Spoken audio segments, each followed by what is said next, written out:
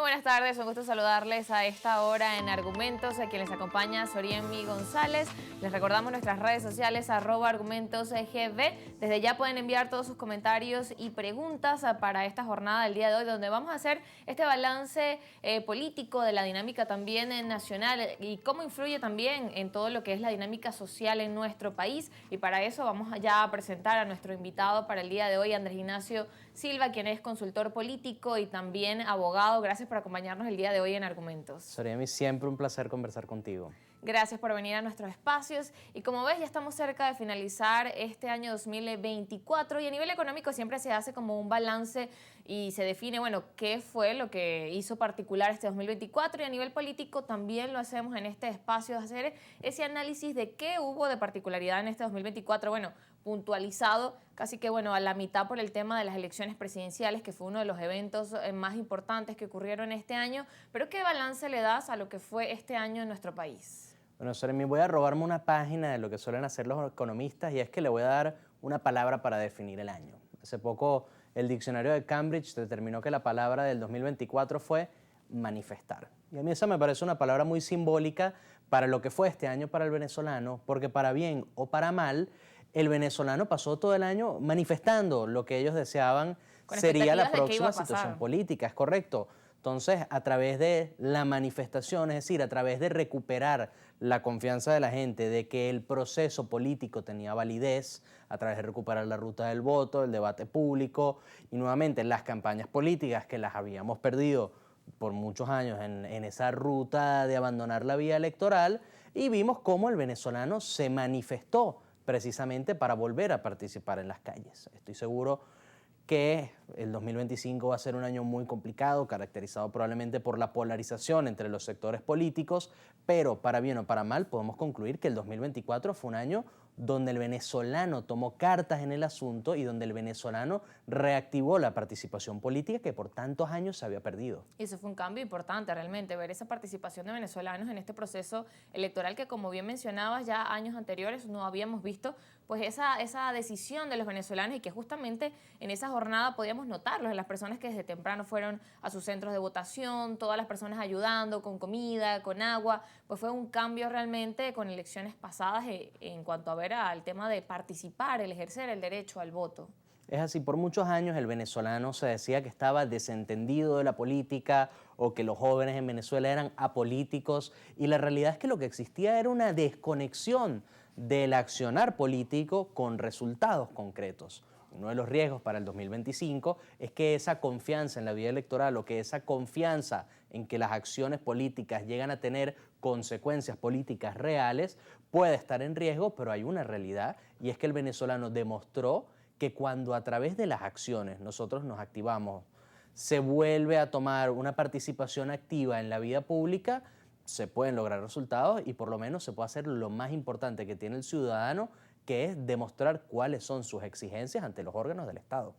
¿Qué otros elementos consideras que hicieron particular este 2024 en el ámbito político? Bueno, este año en el ámbito político tuvimos, como dije que iba a ser para el 2025, polarización. Vimos claramente marcadas las diferencias entre los distintos sectores políticos y siento que es más palpable que nunca la diferencia entre uno y otro. Vimos también la resiliencia en el venezolano. Este fue un año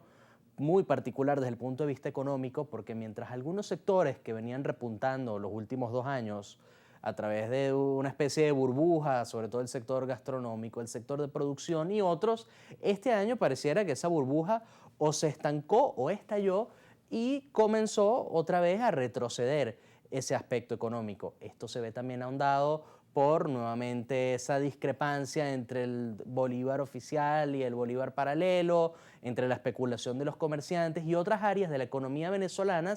que, en lo que podemos concluir para este año, el venezolano se vio obligado a literalmente tener que resolver. El venezolano se vio obligado a explotar esas características que él tiene de ser creativo, de ser resiliente, de ser echado para adelante y de estar pendiente del día a día. Esto es algo que, a diferencia de en otros años, sí se vio un poco puesto a un lado por la vida política, porque los venezolanos sintieron que por primera vez en años la vida política tenía una incidencia sobre su vida particular, pero si las cosas siguen como pareciera van a ser para el principio del 2025, pienso que al igual que en otros años, el venezolano nuevamente va a poner a un lado la vida política y se va a volver a enfocar en el día a día y en resolver aquello que es su situación personal y la situación de sus familias. Claro, también por el resultado o la dinámica que hubo tras el proceso del 28 de julio, donde, bueno, quedó ese periodo allí de conflicto y donde al final no hubo una resolución de este tema. Entonces, bueno, están ahí todavía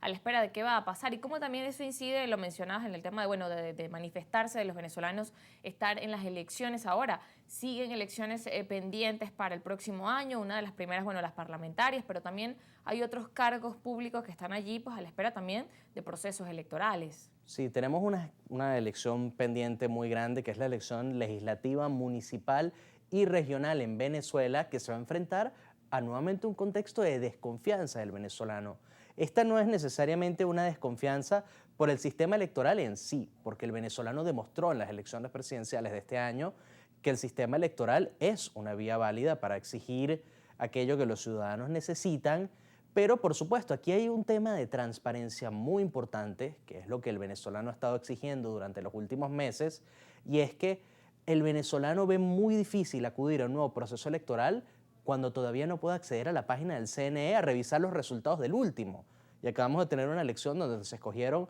aproximadamente 30.000 jueces de paz, donde tampoco se ha podido acceder a la página para revisar los resultados. Es decir, el venezolano,